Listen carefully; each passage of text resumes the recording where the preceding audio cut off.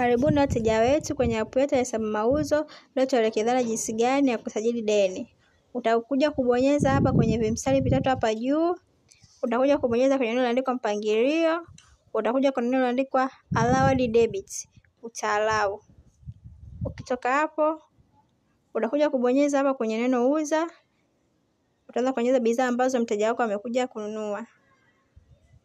Mimi mteja wangu amenunua bidhaa hizo, utathibitisha. Alafu utaenda kwenye imekamilika. Hapa kitu cha kwanza utachagua jina la mteja wako ambao umemsajili. Mteja wangu mimi alokopa ni huyu hapa, utamwandika. Hapo utaandika kiasi ambacho mteja wako amekopa, ambacho amelipa. Mimi mteja wangu amelipa kiasi iko cha 15,000. Ongeza maoni. Maoni kwamba mteja wangu atalipa kesho. Alafu utathibitisha. Alafu utabonyeza kwenye neno deni. Moja kwa moja itakuwa imeenda kwenye deni. Alafu utabonyeza kwenye mstari hapa viwili vitatu hapa juu. Utaenda kwenye finance and accounting. Utabonyeza neno lililoandikwa hapa deni. Utaona deni lako. Mteja wangu alokopa ni huyu hapa.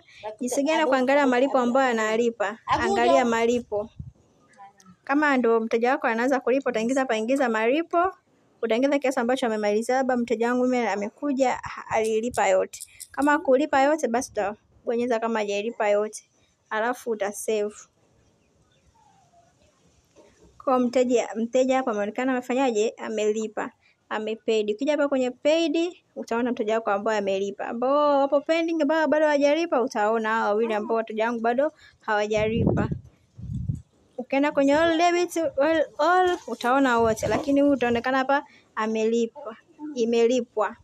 Kwa hiyo tunasema wewe piga hela, hesabu tuachie sisi.